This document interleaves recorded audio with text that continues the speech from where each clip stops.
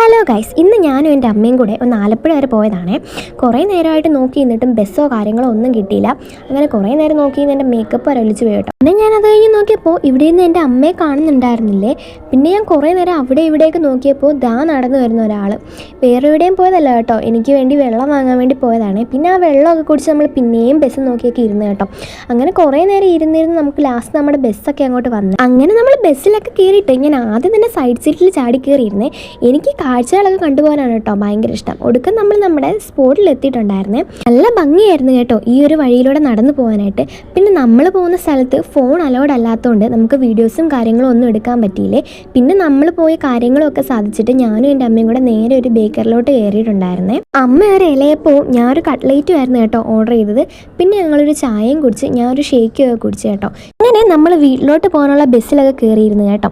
അങ്ങനെ ഒടുക്കം നമ്മൾ നമ്മുടെ സ്റ്റാൻഡിൽ എത്തിയിട്ടുണ്ടേ. നമുക്കിനി വീട്ടിൽ പോകണമെങ്കിൽ അക്കരെ കിടക്കണം കേട്ടോ. പക്ഷെ ജങ്കാർ അവിടെ കിടക്കുന്നതുകൊണ്ട് നമുക്ക് വെള്ളത്തിലേ പോകാൻ പറ്റത്തുള്ളേ. എനിക്കും എൻ്റെ അമ്മയ്ക്കും വെള്ളമൊന്നും കേട്ടാലേ പേടിയാണ്. പക്ഷേ എന്നാലും ഞങ്ങൾക്കിപ്പോൾ പോയി ശീലമായതുകൊണ്ട് ഞങ്ങൾക്ക് അതാണ് കേട്ടോ ഇഷ്ടം. പിന്നെ അങ്ങനെ വള്ളക്കാരന് പൈസയൊക്കെ കൊടുത്തിട്ട് പിന്നെ ഒരു ബേക്കറിലോട്ട് കയറിയേ.